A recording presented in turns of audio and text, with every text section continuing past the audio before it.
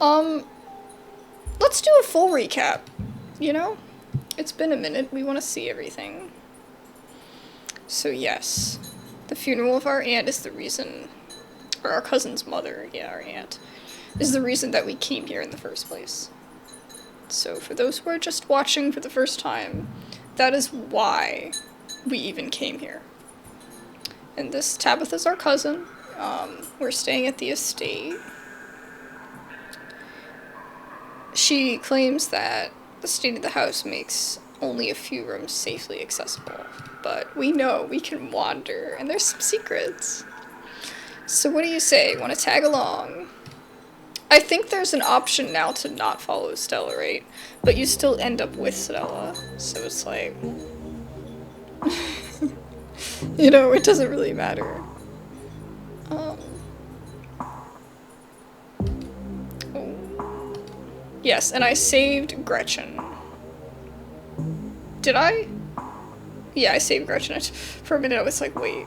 No, I saved Gretchen in this,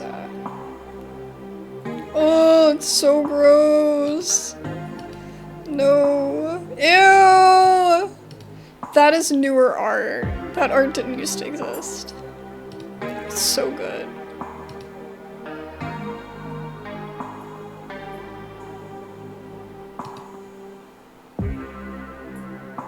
Wayne. Hi, Wayne.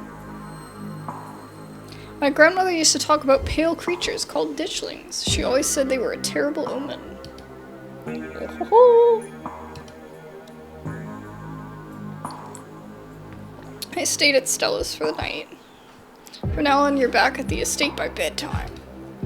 Okay, Tabby, whatever. That's some heavy stuff. Yeah, I told Avery all about it.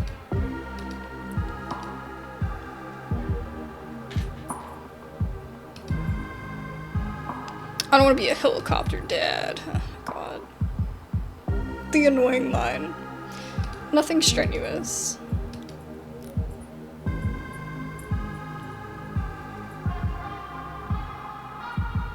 Yeah, Wayne's saying he's the only one that truly cares.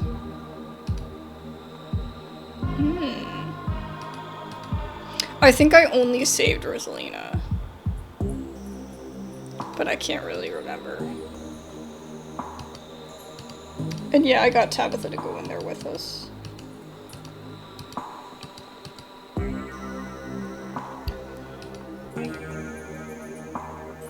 The smile.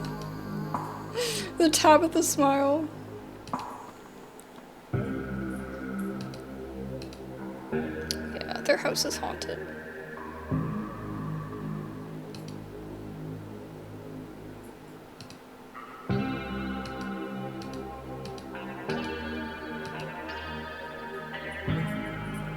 Apparently they made some changes to some of the outcomes, but it shouldn't affect us because we've already gone through those days. Like, the changes are only going to affect you if you're starting a new save. It's that for this, it doesn't count as Keen Eye. Having Keen Eye does not help you in this situation anymore. They changed the trait. Yeah, I only saved Rosalina. So now she hates us forever. Which is so awkward. Hi, Janie.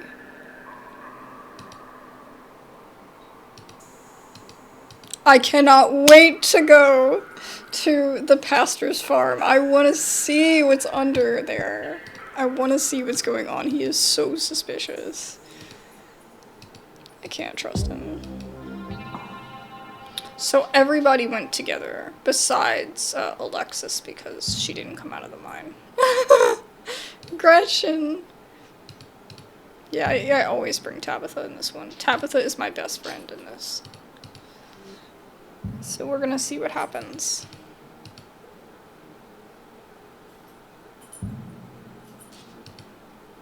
My least favorite episode. Oh, I don't. Every time, why do we have to see him kill the ditchling? Oh, so gross. I had a chat with the mayor yesterday. I heard you did too. So this is where I want to go today. But apparently this episode is very involved, so I don't know if that means there's going to be more choices of what we can do, or if that just means that it's just going to be a super complicated episode, you know? Because if there's more choices about where we can go, then that's going to make things complicated, because I'm not going to know what to pick. It's going to make me super indecisive. Miss Kitty, stop being a nut. Stop being a nut. Yeah? Where's your toy? Here's your toy. She likes it, but she only likes to play tug-of-war. She doesn't like to play with it by herself. Okay. You've got just about every warning that can fit in the bottom of a cup.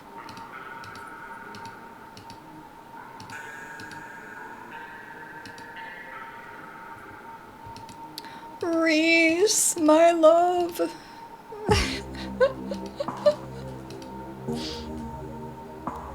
Petition free Reese. The best music in the game is during this point. It's during this part. I love it. So creepy. This is such a good shot too. So good. Oh my gosh. It is weird hearing this music with this though. So she shoots him. I give her the trank in this one. Cause I'm a goody two shoes in this main playthrough. I'm a goody two shoes. I'm seeing what happens when you do everything you're asked of, all the right things. If it changes anything. Here we go.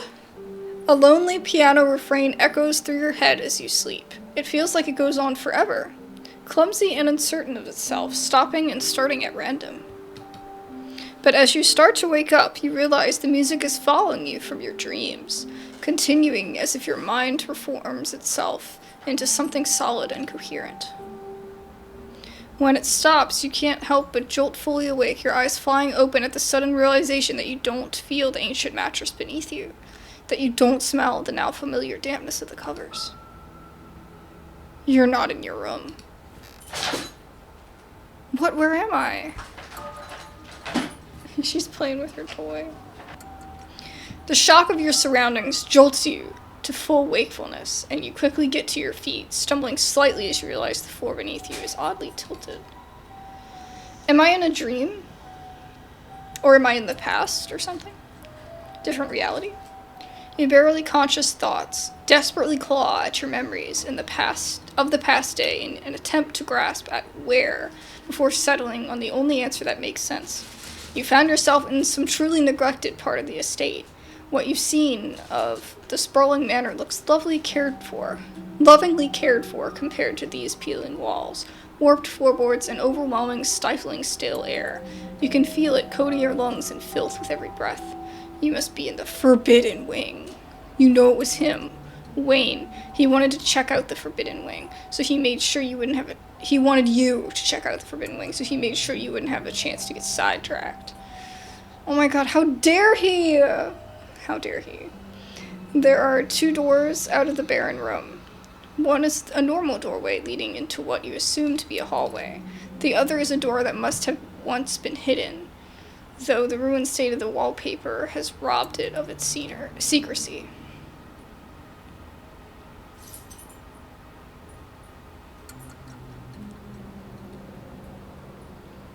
So we're faced with our first choices.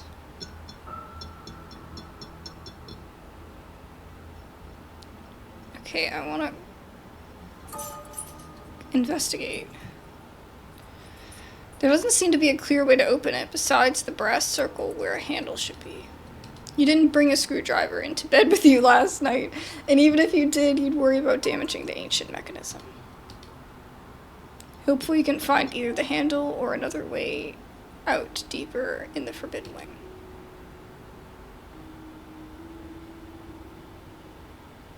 Let's look through the hole.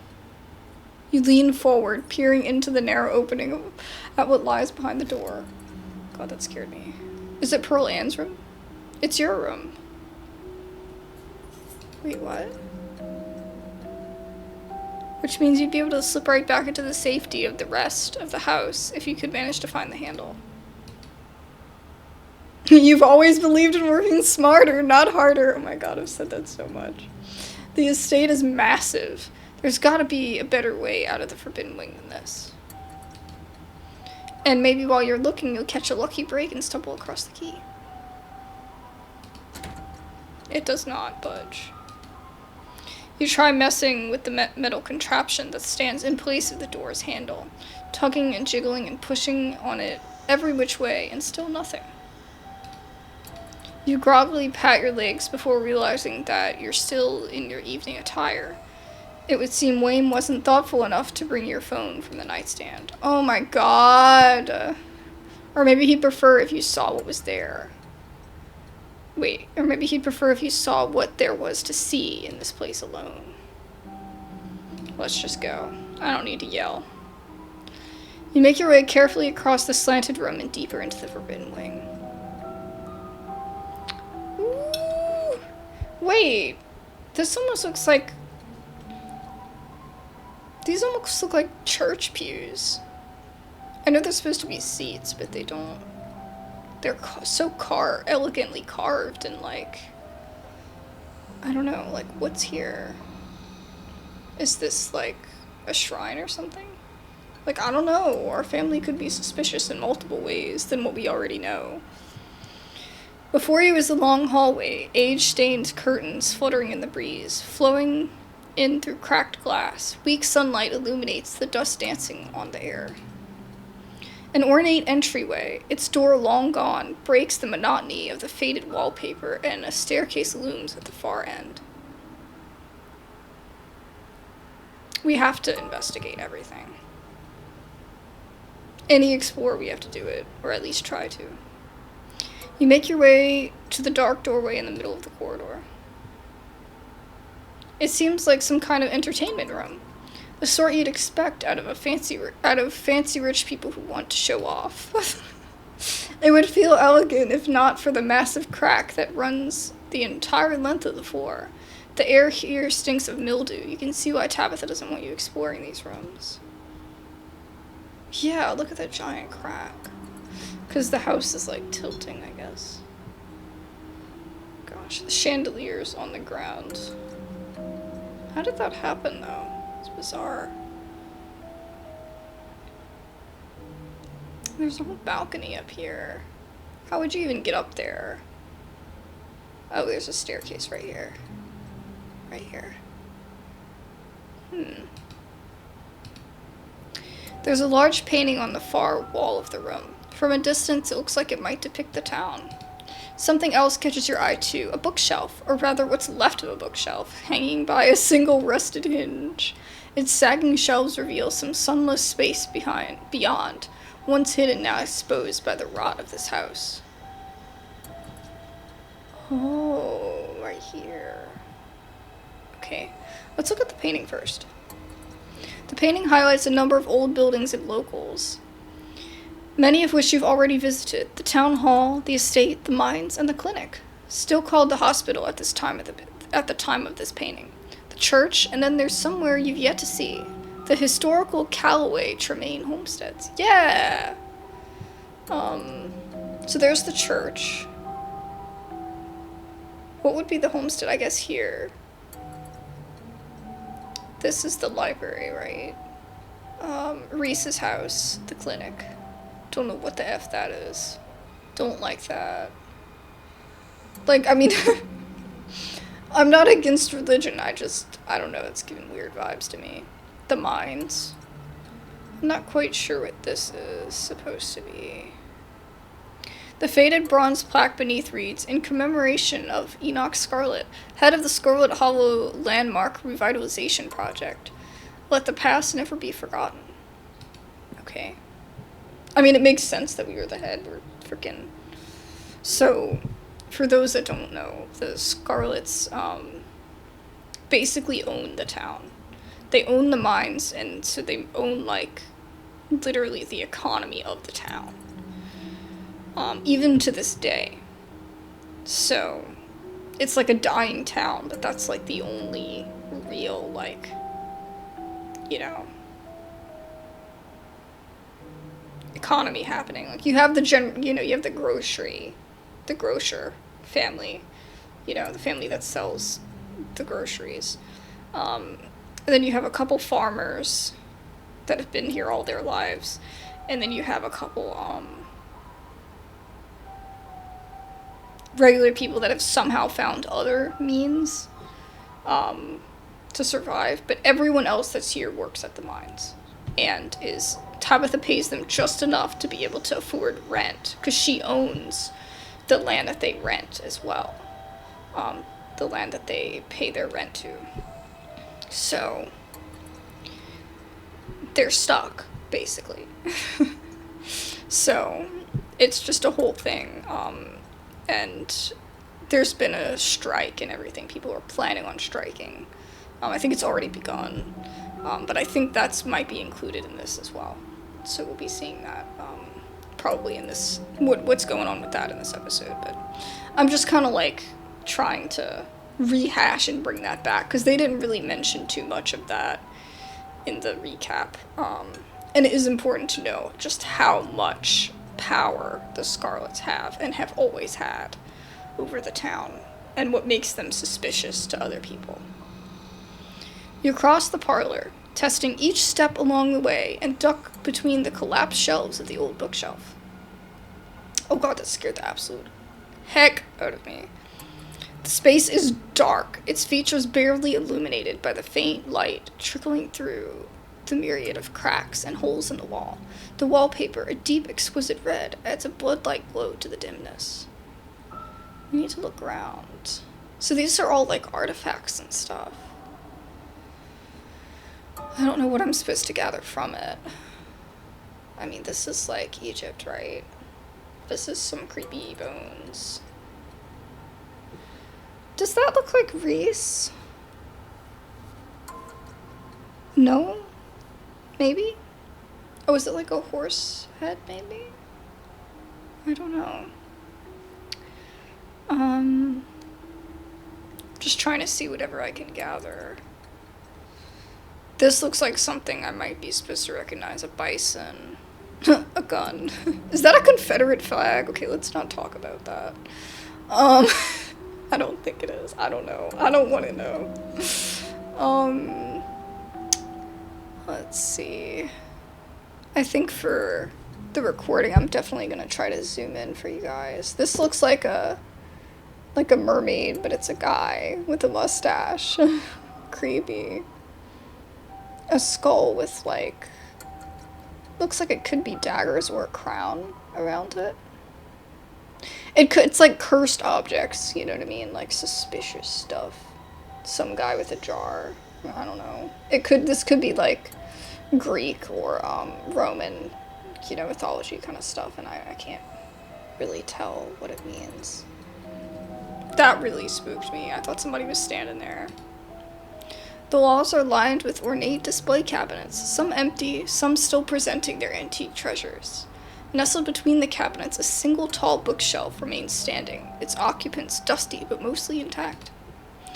But all of these are ornamental details. Your focus is drawn to an expensive-looking antique desk in the center of the room. Let's go look at the desk. All of these are ornamental details. Your focus... Okay, yeah, I already said that. Step away. Let's see. Top drawer. Oh, stamps. Okay, a letter opener. Inkwell. Top drawer mostly contains old-timey letter writing materials, complete with a fancy dagger-shaped letter opener and wax stamping kit, embossed with the initials ES. So, Enoch Scarlet? Edwardine Scarlet?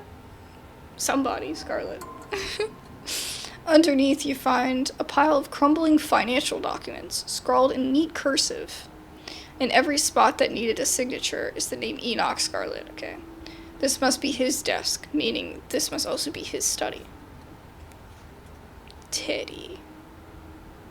At the very bottom of the drawer, you're surprised to find a face you recognize staring back at you.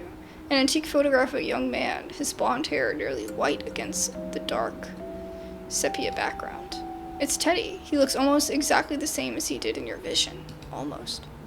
There's a carefree look in his eye that seems to have faded by the time he found his way to that hospital bed. You can feel around for extra stuff.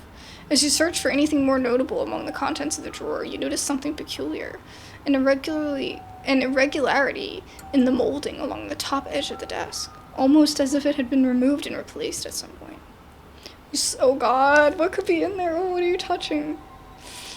You slip a hand into the drawer, feeling along what would usually be the solid oak of the top of the desk, but the space is clearly hollow, so your fingers making light knock sounds as they fumble against the wood. Fortunately, it's a very simplistic lock, and you have years of experience. Ah, yes, a street smart trait. In moments, the secret drawer slides open, revealing its treasures. It's a bunch of old notes. I knew it. Oh, so these are like the little stones we've been seeing. I forget what they're called. They each have a type. Okay, so this one's Dominion. I don't think I've seen that one yet. Prosperity we've definitely seen. I think that was the one in the mines. Looks like some ancient language. Okay, let me read this first. Scrawled on the first page is a design you find familiar. It's the stone from that pit in the mines. Yeah. It's many armed designs scratched into the paper by an untrained hand. There are other drawings here, some of which you find just as familiar. The goat head carving from what was once the town hall, and the circle of figures from the clinic. Oh, so this was the one in the town hall. So then... I don't know what any of these are. Oh god, do you think it's a thing where we like... Because this is a circle of birth and death. Maybe we like just keep being reborn or something. That'd be weird. So prosperity, dominion, vitality. God, this handwriting looks so much like my actual handwriting. It's weird. Like, just this part, the titles. It's so funny. Working... Okay, so prosperity, it says, working as links in the chains of productivity. One entity separate from the fruit of labor, diligent and something. Dominion. The whole left side is like another language, so I can't read that part. Element, fire. Hand of law, 3 dogs. The 3 heads of Cerberus. Okay, so like, that's like the underworld in Greek mythology, the dog that guards the gates. Judgment at the gates, yeah. Stubborn adherence, the goat. The hand without the head. What? Vitality. Wind. Asmodeus. Yeah, this is all like Greek mythology stuff. Cycle of life.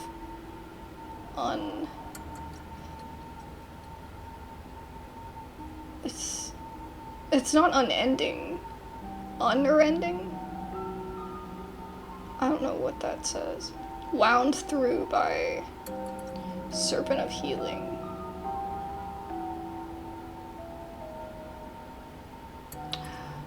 Woman goat Pan.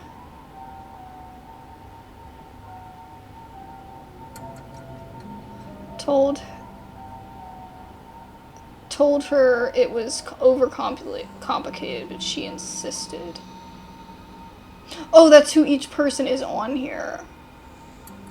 Oh, I see. Yeah, there's the bull. Okay. Yeah, because Pan is kind of like a satyr. It's a little bit like... Okay. So this is each thing, and then this is what they stand for. So wait, this one says prosperity. It's not on there. Productivity. Like this one is like hand of law and rule. So that would be, I don't know, I'm just trying to see if this like links to what each thing is. Okay. That's bizarre. Oh god, okay, now we can see the other one. That is creepy. This is weird. There are notes scrawled in the margins around the designs. Most either illegible or written in some language you don't understand. Though a few words stand out. Prosperity, next to the stone from the mines. Dominion, paired with the stone from Town Hall. Vitality with the clinic. Vitality makes sense with the clinic. Bounty. Never grows from mold. Lamb or cherub. So this is kind of like what they're trying to describe what's on the stones on the right. It's like a description. And then like the title, what it is. Bounty, spirit, throne. So this is power. Consciousness, it's self, is consciousness. Morning star. Awakening awareness. Serpent of Athens. Okay. Spirit gateways. Door guardians. Dog and horse.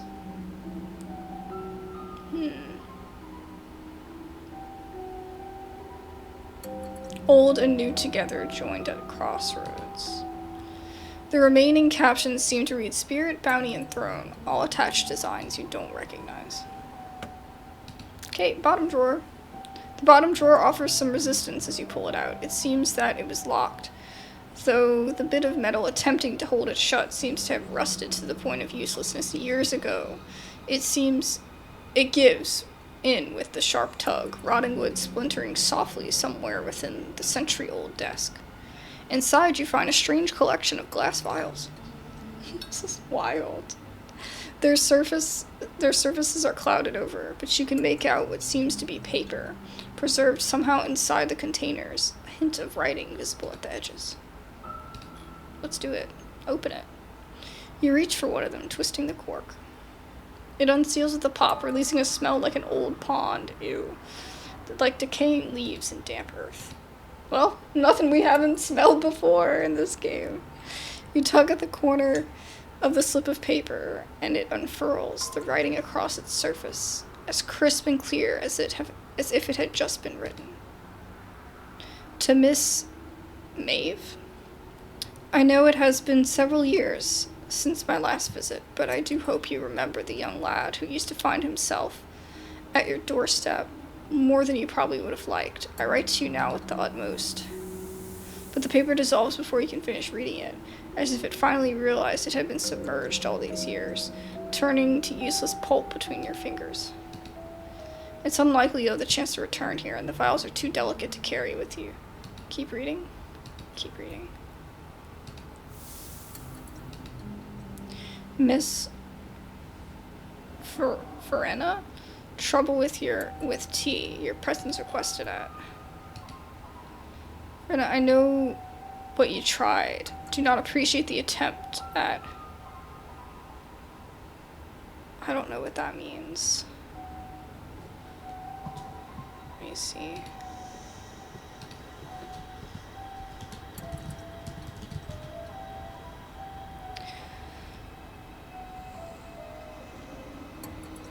A deceptive action or device used to conceal, escape, or hide the truth. Deceit, in order to achieve one's goal.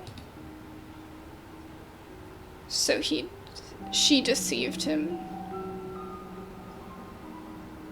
So he thought they both had the same interests at heart, but they didn't. Some of these letters are addressed to Miss Maeve, and some to a Verena. All are signed ES. You assume these have been from Enoch. Many seem unimportant.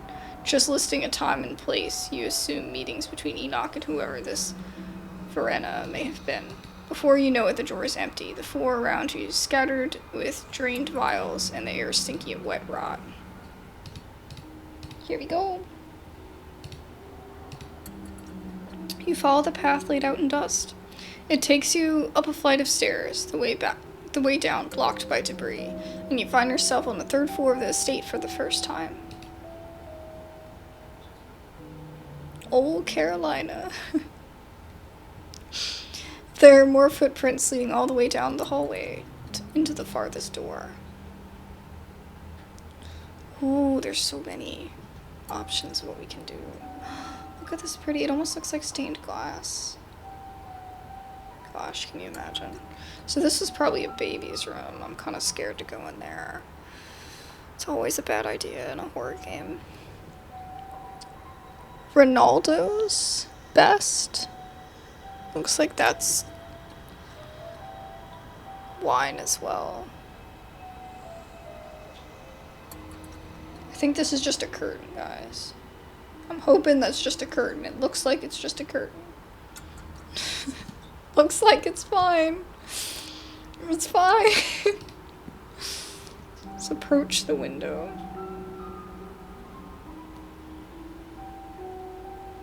Put this back to where it was. Okay. You carefully approach the window at the far end of the hall. That sure is a cliff. There's nothing below the window but the tops of distant trees. The ground having crumbled away. The only thing stopping you from plummeting to your death is the straining foundation that somehow still holds this place together, at least for now.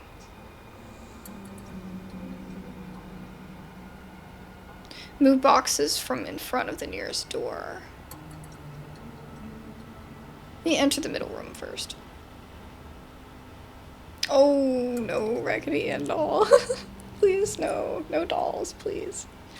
This space was clearly once a nursery, though no child has been in here for a long, long time. Look at that bookshelf. The top shelf is occupied by antique picture books. Dick and Jane, books from nursery rhymes, ancient editions of Grimm's Fairy Tales. Oh, awesome. Oh my gosh, I had the Dick and Jane book as a kid. The lower shelves are full of educational material, from children's encyclopedias to writing practice workbooks. From the sheer number of learning-oriented books on the shelf, you get the impression that the children who lived here were not supposed to be as interested in fun and fiction as they were in diction and spelling. Your family may have been wealthy, but maybe not in joy. Aww. You leaf through a few of the practice workbooks, gently turning the near crumbling pages. Reasons Mommy should take me and Mary Bell to the zoo. 1. We have been very good girls and have not cried for a whole week. Mary Bell says elephants are so big and I would like to see one. 3. I think it would be very fun and Mommy would have a good time. All are signed with carefully scrawled signature of Alexandra Scarlet. You flip through the rest of the book, your eyes unfocused as the many practice sentences and letter copying pages flash by, but something near the end of the book gives you pause. In that section starts with the prompt, Today I. Alexandra continues with, talked to the boy in the wall.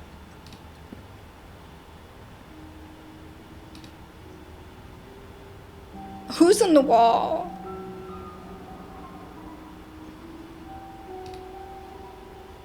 Move the boxes. The boxes slide out of the way with a bit of elbow grease. Boy in the wall, I'm scared. Who's in the wall? The room is coldly empty. The large antique bed is made. Its sheets ancient and dusty, but is still somehow giving off the feeling of tidiness.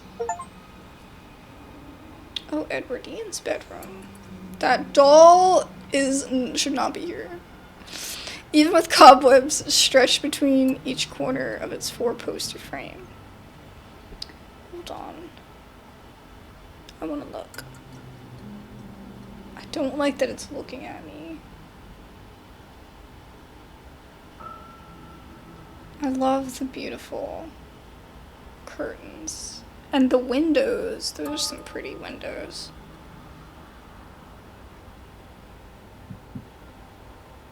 Oh my gosh. I'm spooked out. The boy in the wall. What's in the closet? I'm most scared of the closet. It seems this room's occupant kept things neat and orderly, or as neat and orderly as they could considering the decaying state of the place. You can't help but notice that these dresses look strikingly like the style Tabitha wears. You can imagine Pearl Ann sifting through old trunks of clothes, recycling moth-eaten vintage dresses for her daughter in place of buying anything new. The only thing here besides her clothes and shoes is a box, shoved off to one side. You pick it up. Child-sized overalls, striped shirts, a small pair of trousers with suspenders still attached. One of those little sailor suits boys from the 50s were always wearing.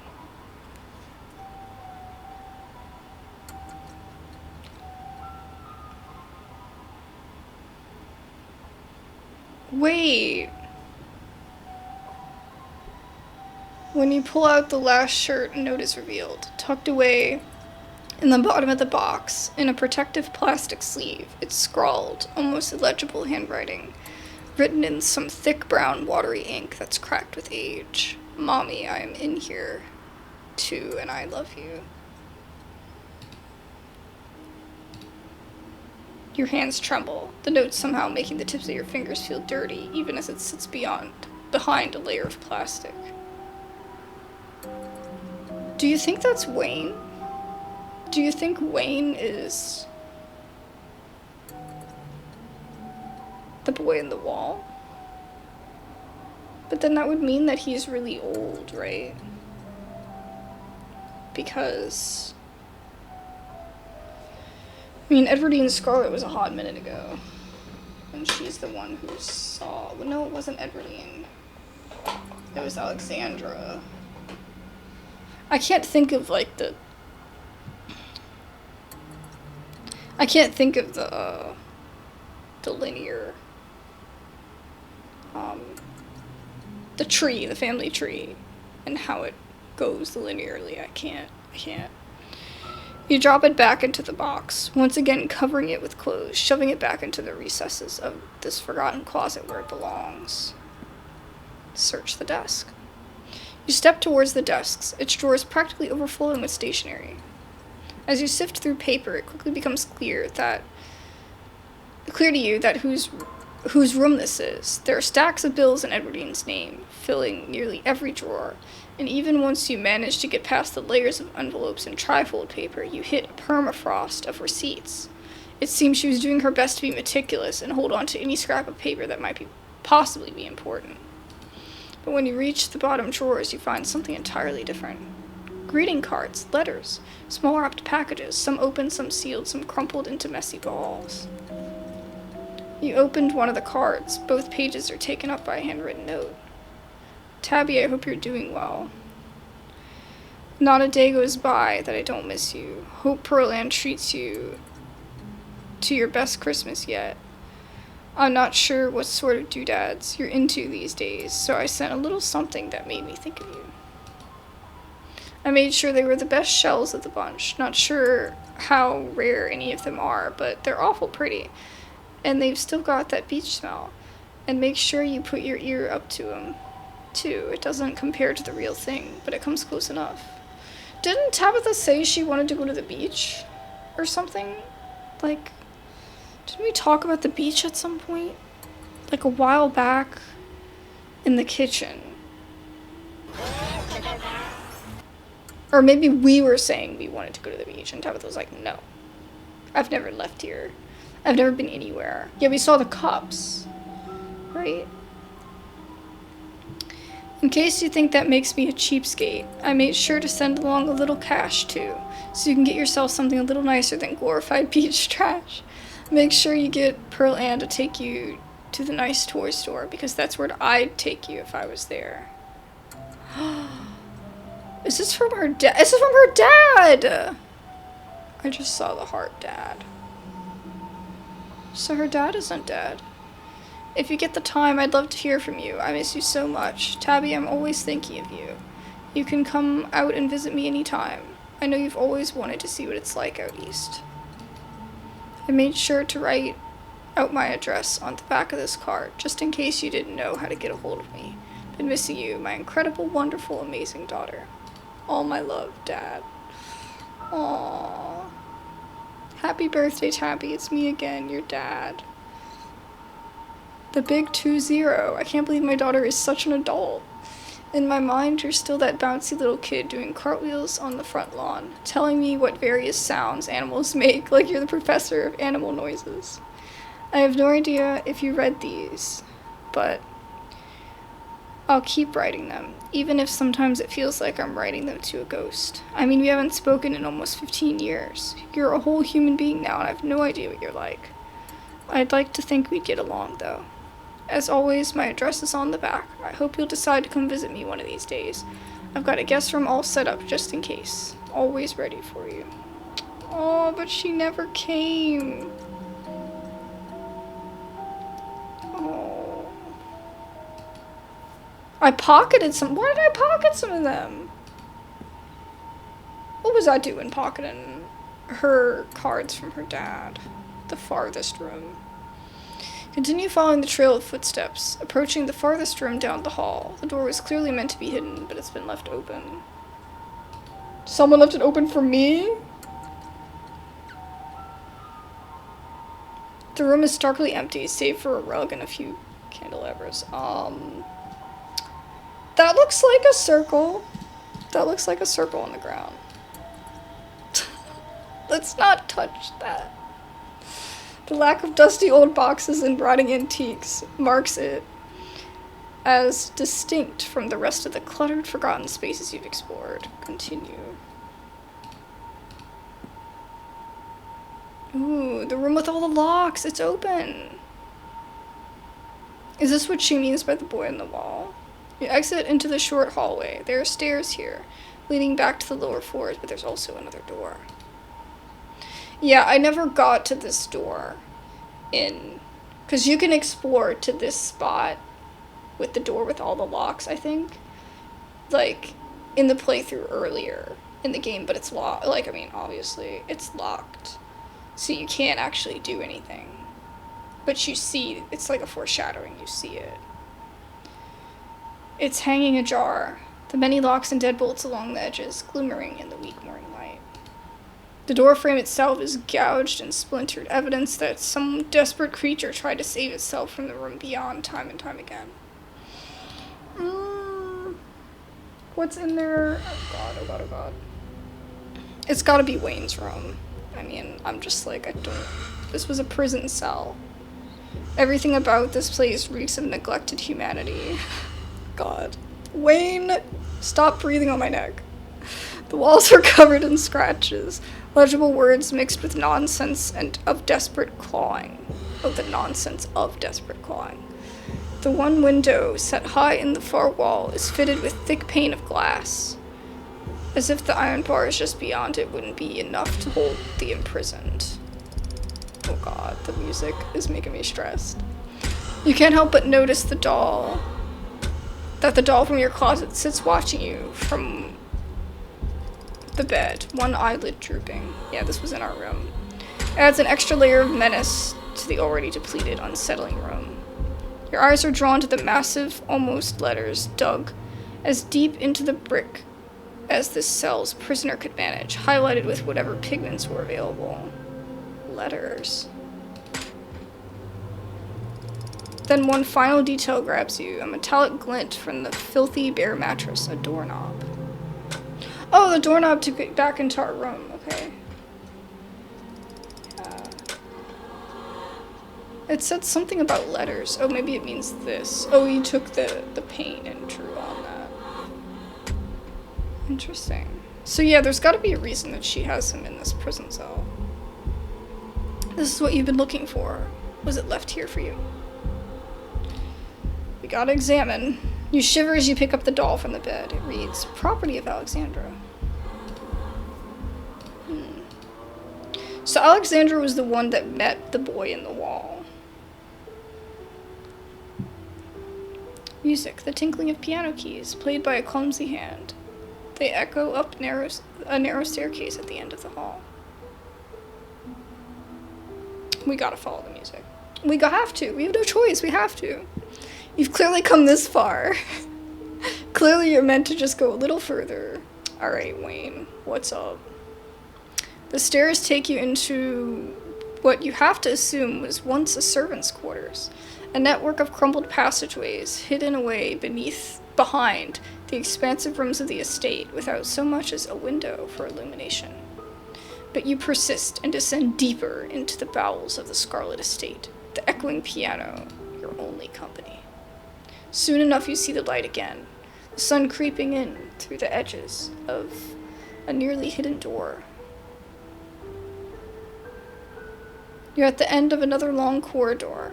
Its high ceilings and tall windows are almost disorienting as you step out from the cramped, gloomy stairwell. The music echoes mournfully in the vast space, a chorus of wind adding a melancholic harmony as it whips in from the overgrown courtyard outside.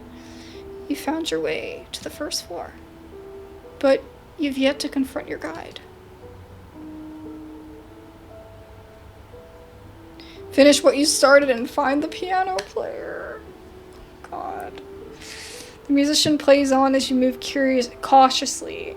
I'm curious, but cautiously through the dark. The slope, now so dramatic that it feels like walking downhill. Jagged remains of the floor jutted out like splintered trees. Hi, Wayne. The flow of notes finally stops as you reach an open doorway to what was once a music room. Wayne stands from the bench of a battered grand piano, turning to face you. So you've seen it. Hi, Wayne. Please don't attack me. He makes his way down the tilted floor towards you. A breeze passes by him, carrying the smell from the wound that is his body. Yes, his entire body is a wound. I hope you enjoyed the show. It's not a show. He stops just a few paces away. And I trust you understand the implications of everything you've seen. If you aren't careful and you put your faith in the wrong people, things can go very, very wrong for you. Let's talk to him. What's the big deal? What's with the dramatics? Isn't this all a little theatrical? What was with the doll in that room? Why did you need to carry me off in my sleep?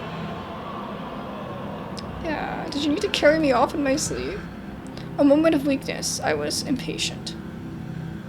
And what now? Are you planning to keep me here? How did I not wake up? You don't strike me as impatient.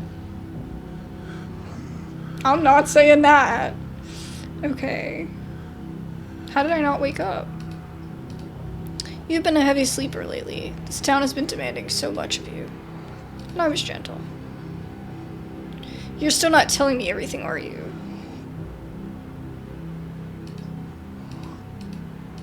Do you want to be somebody else's puppet? I can guide you to where you need to be, but it's up to you to open your eyes. The witch holds some of the final pieces. Find her, pry them from her hands, and then everything should start falling into place. You have no idea who we could be talking about. It has to be... What's her name? Oh my god. Oh my gosh, I can see her in my head.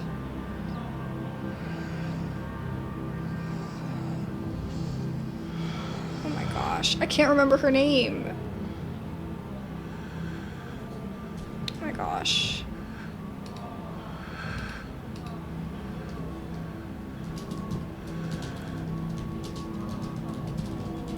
Look it up. Oh, the music's so intense. Sybil.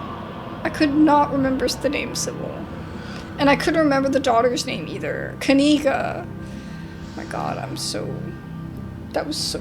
It hasn't even been that long, but, you know, whatever. Unless you're already starting to forget about her. Memory is a disloyal thing, isn't it? physical, easily manipulated, but something being missing from your head doesn't mean it's gone from the world. I don't know what you're talking about. You'll remember when you need to. How do I know you're the right person to trust? If you're still asking questions like that, I know there's nothing I can say that will convince you. But I'll keep looking out for you, whether you trust me or not.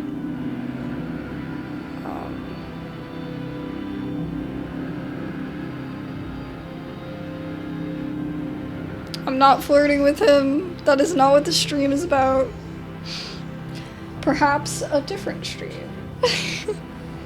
Perhaps a different section of the recording. I can flirt with him, though. I do have the option. I think this is really the only chance where they're giving you the option. So, you know, either take it or leave it here.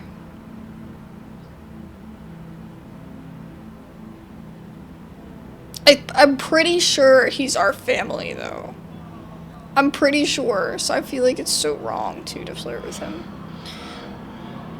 But beyond, like, reasonable, like, I think it's, like, also incest. What was with the doll? She liked it, so I liked it, too. It was nice to see it again after so many years. Yeah, I think he was close friends with the little girl, Alexandra. They were close, or like probably as close as he's ever gotten to anyone. So, anything that was hers is special to him, kind of thing. It's positive for him, special. I don't know how to explain it. Does Tabitha know about this? Of course. Why do you think she invited you here? She didn't know me then. It's different now. We've bonded.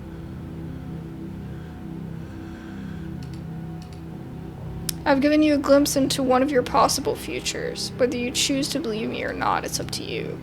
But I urge you to consider believing what your eyes have shown you. Your freedom is on the line. Okay.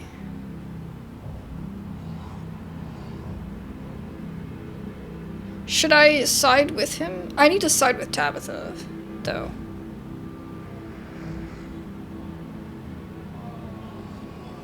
I don't know what I'm supposed to do about any of this. Wayne's shoulders seem to relax slightly as if he's relieved. Good. Our enemies rely on keeping us divided. They know how much stronger we can be together. Be careful who you trust. I will always be there for you when you need me. We know he's OP. Wayne steps away, his shining eyes watching you, unblinking from behind his veil, before finally disappearing back into the darkness of the estate. Nothing left for you to do here but leave. You make your way back to where you woke up and slot the handle into the secret door on the wall. It twists and the door pulls back and you stumble through your closet and back into your old bedroom. You lean against your door frame, relieved once again, having sturdy, unslopped ground beneath your feet and moderately clean air to breathe. The state has gotten to you. After the events of this morning, your body burns with a ferocious itch to leave this place behind, to be anywhere but here. You leave in a haze, mindlessly grabbing clothes and an uncharged phone, barely even noticing your surroundings as you rush outside, the morning's revelation seizing your body and mind alike with a suffocating grip. Ooh, it was hazy. Oh, look at the little ditchling guy. Oh. There's gotta be another one somewhere. Oh, there he is. I love it. I love the music. The cell, the doll, Wayne's insinuation that Tabitha has known about all this, and even more, that she has partaken willingly in your family's crimes. Not only that, but she has designs for you. Is it true? Tabitha needs to explain herself. There's nothing else that can possibly ease the growing pit in your stomach, and if she can't explain all of this, she'd better have an explanation. Maybe it's time to confront her and see what she has to say for herself. I'm going to the police.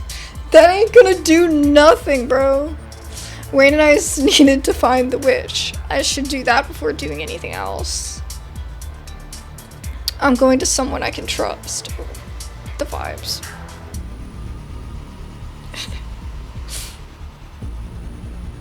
Oh, the stone carvings. I'm getting the hell out of this place even if I walk. I love that.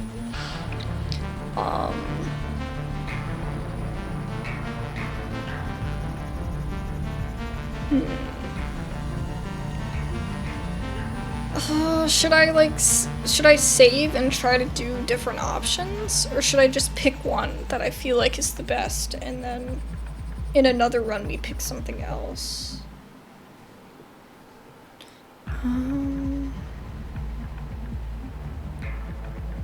He said I need to find the witch.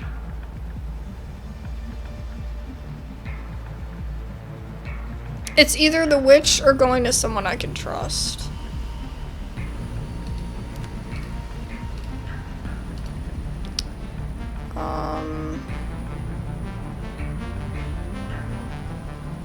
The witch. Now is the time for unnecessary confrontations. Wayne told you to find the witch, and he notably didn't tell you to take this to Tabitha. Only you have no idea where to even begin finding this witch, or for that matter, who you assume she is, could possibly be. Think harder. But the harder you think, the more easily the answers seem to slip away from you, as though you're trying to grab onto dry sand on the beach. She's messing with our mind. She's messing with her mind. Can only hope that the witch Wayne spoke of will reveal herself in time. Time right now feels like a precious resource. The weight of this morning sits on your shoulders, driving you into the ground. You have to do something. Okay. What should I do? Should I confront Tabitha? Tabitha is the person I trust the most in this playthrough. She's the one that I put all my focus into. The events of this morning beg for an immediate confrontation. By the time you notice where your legs are taking you, you're already en route to the Scarlet Mines. You stumble down the road, your panicked thoughts distracting themselves like a pointed arrow towards your destination. Things will make sense again, just as soon as you get where you're going. Oh! Okay, I don't want to overwrite that. Wow. Let's take a look. A gander. Bitch boss. Lunch ladies stand with the workers, all or none. I am unhappy with the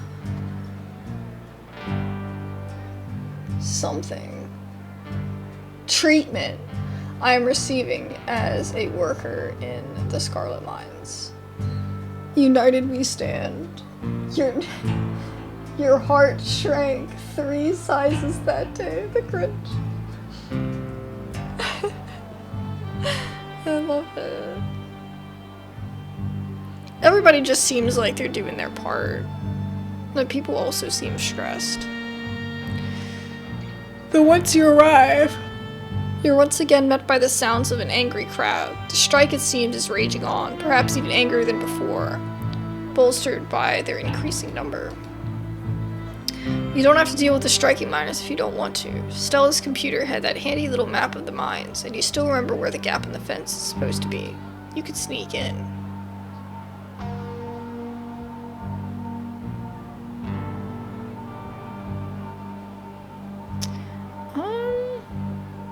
Let's sneak in. The last thing you want is to bring other people into this right now, especially considering the mania you can see glinting in more than a few pairs of eyes. This crowd could easily get out of hand if you're not careful. Here you are, outside your cousin's office. The only thing left to do is go inside. Why is it dark? Just open the door. You don't bother with announcing yourself, grabbing the doorknob and twisting it open. Oh, hey Stella. Why is she so mad? You enter your cousin's office unannounced. She's seated at her desk, shotgun in hand, cleaning its mechanisms with focused intent. But your cousin isn't the only person in her office today. Stella's here too. Wow, hey, it's Abs. Hello, you're here. She looks stressed. I love this Salem. Salem t-shirt. Yes, Stella, my cousin is here to bother me at work. It's not exactly a surprise. Don't be weird. What a happy turn of events. These two have been talking about you all morning. And for a lot of last night. Street smart. There's a weird energy in here. An eagerness in their eyes. Like circling cats, eyeing what they hope to be a particularly stupid mouse.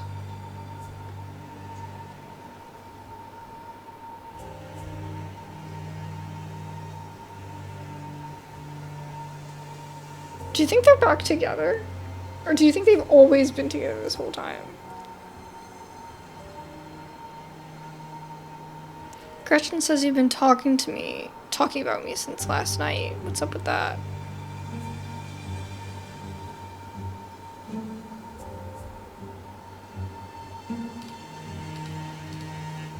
The dog? Gretchen, you're not supposed to tell. Oh dear, have I done something wrong? I thought we were all friends. I thought that was good. Stella darts across the room, turning the lock on the office door and slamming the bolt shut. Stella, what are you doing? I'm doing the plan that we talked about. The plan, Stella, Jesus Christ, it's too early for this. I told you I had everything sorted out. There was a timeline. Come on, Tabitha, your version of having things sorted out was so convoluted. You gotta learn to seize the moment. And this is the moment. Abs is right here, alone. And you just said we needed her alone. So this is perfect. We're just gonna have a talk, okay? So go ahead and sit down and we can sort everything out.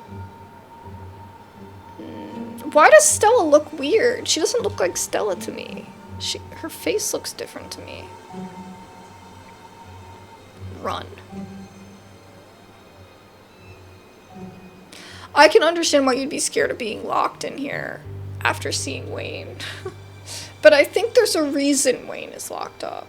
I don't think that it's like just la-di-da. Obviously, I think there's a reason why. This is about the cell I found in the estate. This is not a good way to start a pleasant conversation, Stella.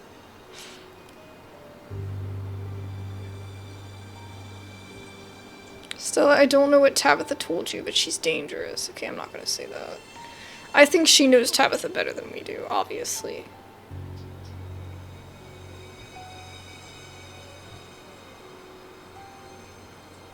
I don't like this talk. If I don't like this talk, then what? Tabitha's gonna shoot me? Great way to start a conversation. Hey, nobody was talking about shooting anybody. Neither of us wants to hurt you, trust me. Tabby loves you, she wouldn't do that. It's not up to me. Oh.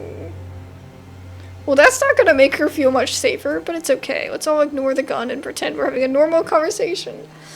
You can't just do that! You can't just pretend everything's fine. Because that's what this is all about. Once we tell you everything, I'm sure you'll get it. And we'll all leave the trailer closer than we've ever been, I promise. I feel like it's just gonna be about the relationship. And that's it. I feel like the stakes are not that high. What if I'd rather stand? See, Stella, that's part of the issue. My cousin is an obstinate ass. Come on. You're already here. It's not any worse to sit down than it is to stand. Fine. It's hard to ignore the weakness of your current position. Not only are you outnumbered, you're outgunned. And clearly they both know something you don't. You sit, even if you don't grace your host with a verbal acknowledgement. Behind you, Stella drags another chair towards the door, propping it under the handle. Oh, this is such a good frame. I'm the boss. The Jiffy peanut butter. God, the detail is so good. Oh my gosh. That's awesome. I love Gretchen. She's so cute. Tabby, do you want to? Trying to talk to Abs is your idea, Stella, not mine. You take the lead. So, not easy. Is it? That's how I felt last night, too. So where do I even start? Okay, magic is real. That's obvious at this point. Even if you could write off the ditchlings as weird creatures or hallucinations or whatever. Charlie isn't exactly something you can explain as anything but magic. So there's no debate there, right, Tabby? Yeah. That's Tabitha's contribution. Yeah. I'm sure you've noticed, Abs, that your family is connected to all this. That's no coincidence. It was after the collapse. Enoch, the town was going to fall apart, so he made a deal. He saved Scarlet Hollow, but deals usually come at a cost, right? So he had to trade something for the town's salvation. Though the price was only paid by the Scarlets, it's always been paid by the Scarlets. A Scarlet is locked away from the world, bound to the estate by magic, and in return, the town itself prospers. There isn't a Scarlet locked away anymore, which is why everything has started falling apart. The deal was broken. Well, temporarily broken. And there's only so much time left to fix it. That's where you come in. You're a Scarlet. You have the power to save the town, and if you're willing to use it. And I don't see why you wouldn't. If I could do it instead and save the whole town, you know I would. Especially since that would mean spending the rest of my life with Tabby. I can imagine way worse fates. I mean, really, what we're offering is free room and board for... room and board. I almost said Rome. Room and board for life. We'll make it nice for you, spruce up the place, and I'd cook for you, of course. Like your own personal chef, and we can play games, let you watch movies, and keep up with the news. Bro, you're locking me in a house! That's not okay! I'm not even from here! I mean, technically I am, but like, I didn't grow up here. It sounds an awful lot like my life, and I love my life. Stella's always looking out for me and feeding me lovely things and making sure I have nice soft beds to sleep on. You're a dog, Gretchen. You're a dog. It's not like there's a lot of jobs for English majors anyway. How dare you? You know what? That's the last straw. And you could still write. I'd even help you mail things out to publishers, as long as you didn't write anything about, you know, the situation. What do you say? Why does she look creepy? She doesn't look like Stella. And Tabitha looks creepy, too. Hey, what the fuck?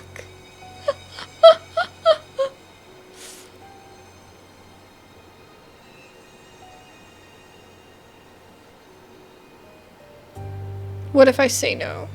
Do you let me walk out? Tabitha, why can't you volunteer? Why does it have to be me?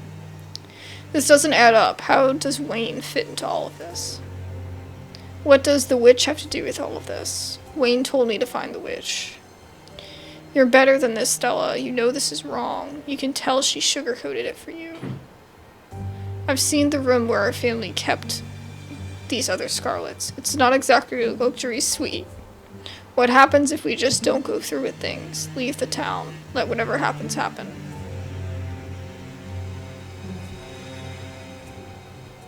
Oh my god. Yeah, what if I say yeah? Let's do it. Let's go.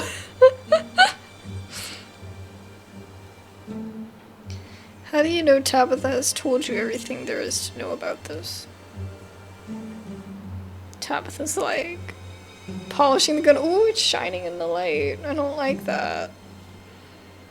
Ooh.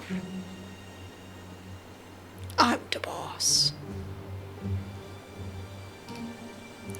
I don't think you understand how well I know Tabby. She told me about the room you'd be staying in, and I've seen enough to know she's telling the truth. Maybe she'd put me in a better room, but I am not too optimistic. I can't believe I couldn't remember Sybil's name. That was wild. Tabitha remains conspicuously silent. This doesn't add up. Don't ask me about him, please. She immediately looks stressed. Tabitha, it's okay. You can say more. We're being honest now, remember? That's how we build trust. Tabitha sits in stubborn silence for a long moment, squirming under Stella's thoughtful gaze. He doesn't fit into this. He's just a mistake. Not my mistake. And one that never should have happened. And it won't happen again. And don't keep needling me about it. What shouldn't have happened, Tabitha? Why is he all gross? Is he dead? Is he alive? Just stop bringing him up. I know we're supposed to be all open and chatty or whatever, but this is painful for me. I liked him. It's okay, you have me now. And that's better. Even if everything else is worse, that's better. She didn't answer your question. Yeah, what happened to Wayne? This is so weird. This is really making me uncomfortable. What does the witch have to do with all of this? Wayne told me to find the witch. Yeah, why does it have to be me? The deal doesn't mean the mines run themselves. This is how it works. One Scarlet runs the mines, and the other to shoulder the other burden. Neither of us getting out of this without our freedom intact. Know that. I've seen the room. It's not exactly a luxury suite. That's where I can come in. You can do a lot with a small space these days. You know, tiny living, it's a trend right now. I wonder if you said that you live in... There was an option where it said that you live in, like, this tiny, like... Oh yeah, I said I lived in a freaking garage. I mean, or, not garage. Somebody's shed in the back of their yard. Like, they could bring that up right now. Be like, remember you said you live in a shed? It's not going to be that different.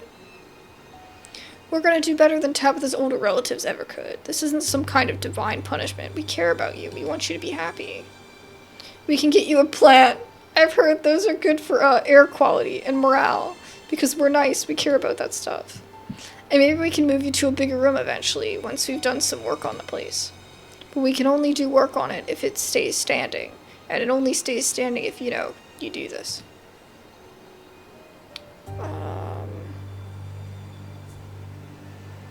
I do not trust any of this, and I have been good to Tabitha this whole time in this playthrough. I have been a good cousin.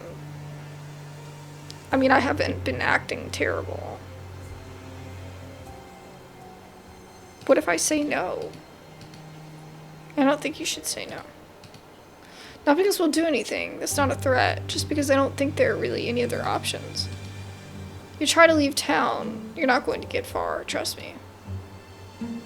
Again, not a threat, just reality. Either you do it and the town recovers, or you don't and the town keeps getting worse, all while we're stuck here. So do you think if I tried to leave, if I tried that option earlier, and I just said, I'm leaving, I would just, like, poof right back here? Like in Slay the Princess? You just, like, keep trying to leave, and then it restarts every time.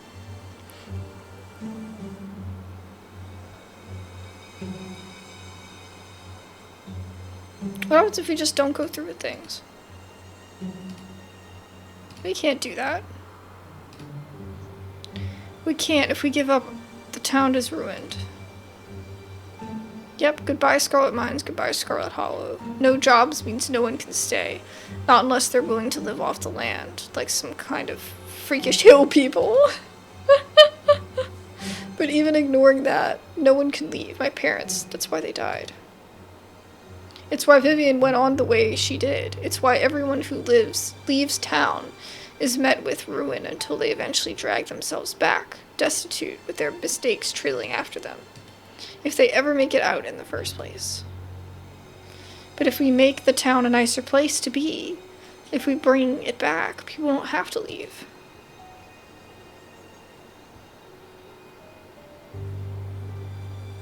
I might say this, actually. I might actually get angry.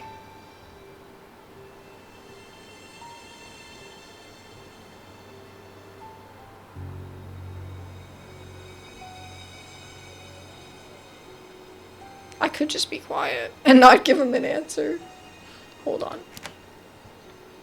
Let me see.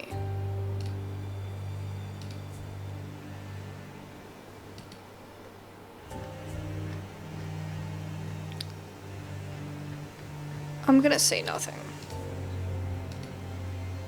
Stella, this is pointless. Damn. Since we're all being honest here, I'll go ahead and let you know that I've tipped a line to the police. There's a button here behind the desk. I think we're done talking, so let's sit here in polite silence for a bit. I'm sure it won't take long for them to get here. It's not like they ever have much going on.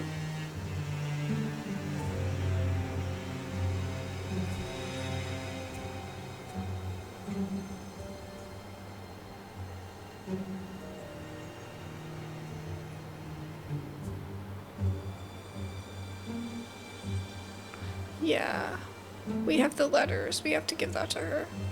What if I say... What would have happened if I'd said yes? Would you have just taken me there now? Set me up on that awful little mattress? Would that have been enough to save the mines? It would have been the first step, yes. Oh well, first step is actually order you a much better mattress.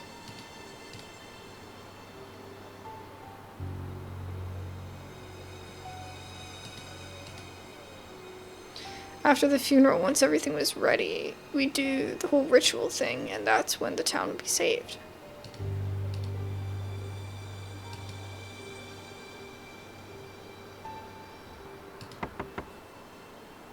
Okay. So I'm gonna load this. And then I'm gonna say... These are from your dad. What? You lay the cards in front of her. Stella leans forward, peeking over her shoulder as she reads the handwritten notes next to the kids' pictures of cats and birthday cake. I thought you said he was a deadbeat. He is. This doesn't change anything. So what? He sends me some stupid birthday card every year. He's still gone. I was still alone in that house for all those years with her. Oh, do you think she was trapped in the house while Pearl Ann ran everything? Do you think that's what it was? And then when Pearl Ann got really old, Pearl Ann became the one that was trapped in the house. And then she learned to run everything. And that's why she didn't go anywhere. What exactly were you hoping to achieve with this? What were you hoping I'd abandon my family, everything my family has built, and rush off to the coast to find some relative I haven't known since I was 5? I don't care about this man who never once came to rescue me, even though he knew exactly what I was living through. Silence falls over the room. Tabitha's breathing hard, trying to put herself back together. It's okay. How about we send him something after all this is done? Maybe it's worth getting in touch. I can't think about this right now. I have bigger problems. But at least one of those problems is about to be dealt with. Okay.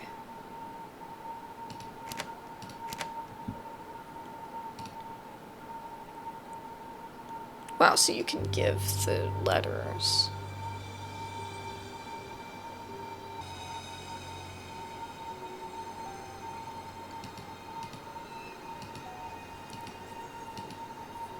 Okay, so I said I'll do it.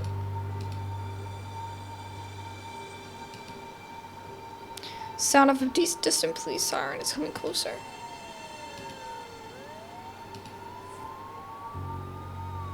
There's no way they know. Everything is fine. The hardest part is over. We'll just come up with some excuse to get the cops off our backs.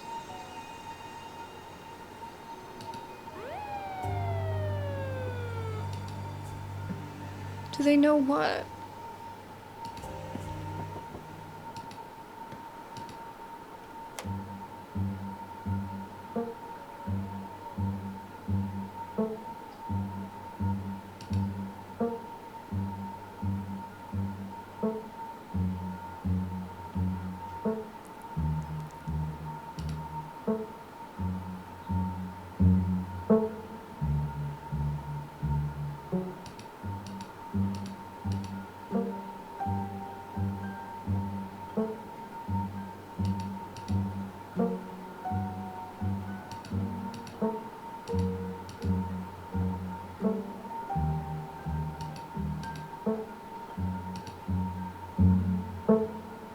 You overgrown hall monitor. Listen to me, you overgrown hall monitor. If you want to keep that fancy badge of yours, you better forget you ever got it in your head to come up here and try to bother my cousin, a Scarlet. Hey, calm down, Tabby. Calm down, did you hear the guy? He wants to lock Abs away. This ruins everything. No, it doesn't. It just means she'll be in one place, a very secure place, instead of out here where anything could happen. I mean, the town hasn't been safe lately.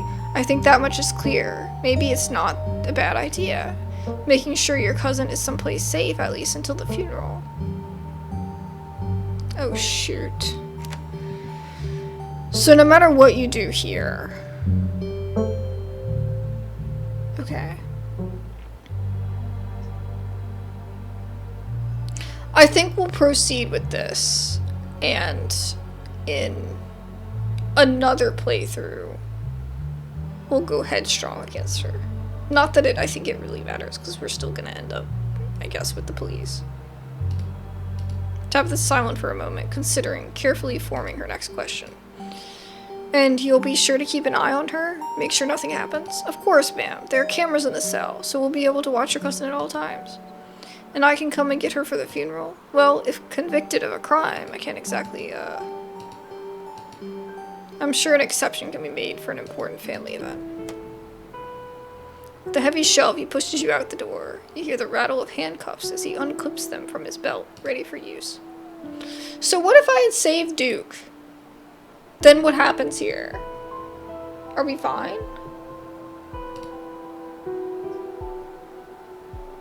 I need to fulfill my destiny. Can you imagine? Thank God. You got me out of there, officer. They're going to lock me away in a room for the rest of my life. Yeah, I should bring him to the estate. He's gonna be like, he's gonna just, anything I say, he's gonna be like, oh, whatever. Good thing I'll be able to leave for the funeral. Would hate to miss it. Might not be able to get me back after, though.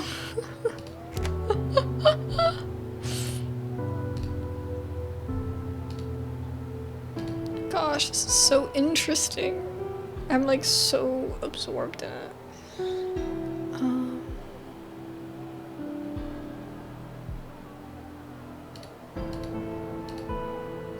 Oh, you think you're real slippery, huh? Yeah, that's what I figured he'd say. Okay. Then what if I say, we should swing by the estate on our way to the station? You're not the owner of that property, therefore you can't give me permission to enter without a warrant, and I'm not the kind of man to go breaking into people's houses.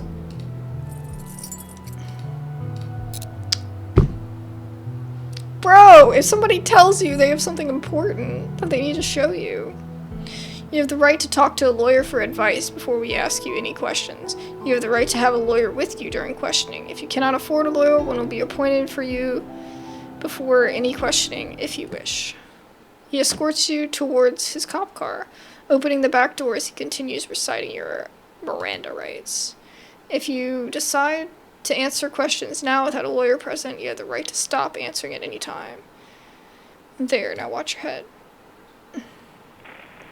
As you're shoved into the car, a voice crackles over the radio.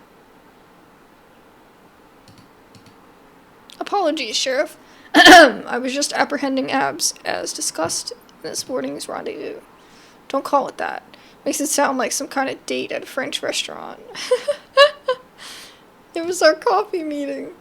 But that's besides the point. Am I supposed to read into that? We need you up at the farms pronto. We've got ourselves a possible 187 brewing. They're talking about a possible murder. 10-4. The stage just keeps getting crazier. Suppose you'll have to come along for the ride. So, you want to put me in a cell. But now there's been a murder, so we're just gonna go deal with that and you're just gonna bring me along? Like, these people are... They do not do things the way they're supposed to be done. Deputy Franklin wastes no time in turning on the sirens, blasting down the road towards whatever emergency is underway with you in tow.